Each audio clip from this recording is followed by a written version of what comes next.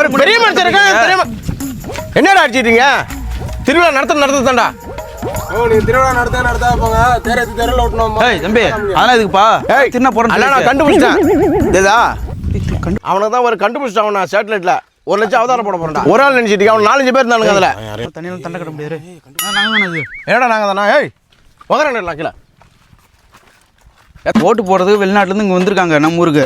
அவங்க இருக்கும்போதே திருநா போட்டால் தான் நம்ம ஆர்கெஸ்ட்ரா கரெக்டாக நம்ம ஊர்லேயே பார்க்க முடியும். அப்படி நம்ம இந்த வாய்ப்பு விட்டுட்டுனா உள்ளூர் இருக்கிற காசை வச்சு நம்ம கூத்து தான் பார்க்க முடியும். அது தேர் இழுத்து தெருவில் விட்டுட்டா தேவகுத்தன்னு திருநா போட்டுறாங்க.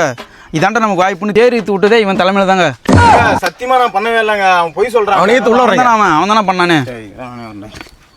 கடந்த 2-3 நாளா நான் ஊர்ல இருங்க. எப்படி போய் சொல்கிறேன் பாரு. இந்த மாதிரிலாம் பேசுவான் தான் ஆதாரம் வச்சிருக்கேன் நான். வீடியோ ஆதாரம் இருக்கு பாருங்க. கேட்டு பாரு எப்படி போகிறான் பாரு. ஆமாம் இவன் தான் அந்த டயர் பிடிச்சி இந்த லாக்கெல்லாம் எடுத்து விட்ருக்கான். வெங்கட்டு இந்த பக்கம் தேர்தல் வேணாண்டா. இந்த பக்கம் கல்லும் மண்ணுமா இருக்கு. மொளம் சவுண்டு கேட்கும். அந்த பக்கம் தள்ளனா பில்லும் தவயமா இருக்கு. தள்ளி விட்டு வீட்டில் போய் செய்யணும்னு படுத்துக்கலாம். பேசிட்டு இருக்கேன். ஃபுல்லாக நல்ல மாதிரி பேசிட்டு எதுனா பஞ்சாயத்து திட்டு எல்லாம் செஞ்சு பஞ்சாயத்து ஊற்றி நிற்கிறீங்களே. ஆனால் பேரை சொல்கிற அளவுக்கு மாட்டி விட்றான் மாறா. உங்களை போயிடுச்சு பண்ணிடு. அவதாரம் போட்டுரு. இந்த ஒரு வீடியோ ஆதாரம் மட்டும் எனக்கு போதும்.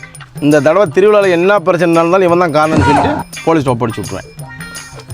அவதாரமும் போட்டுருவோம் 1.5 லட்சம். இப்போ திருநா நடக்குதா இல்லையா? இப்போ திருவிழா நடக்குது தான். நீ எல்லாம் வந்து கை காம பந்த போட்டுங்கடா. சரி யார் எப்படி மாட்டினா நமக்கு திருநா போட்டுச்சு. ஏறி இருக்கிற வரைக்கும் கூட இருந்தாங்கடா. பிரச்சனை வந்தோடனே கைட்டு விட்டு போயிட்டாங்கடா.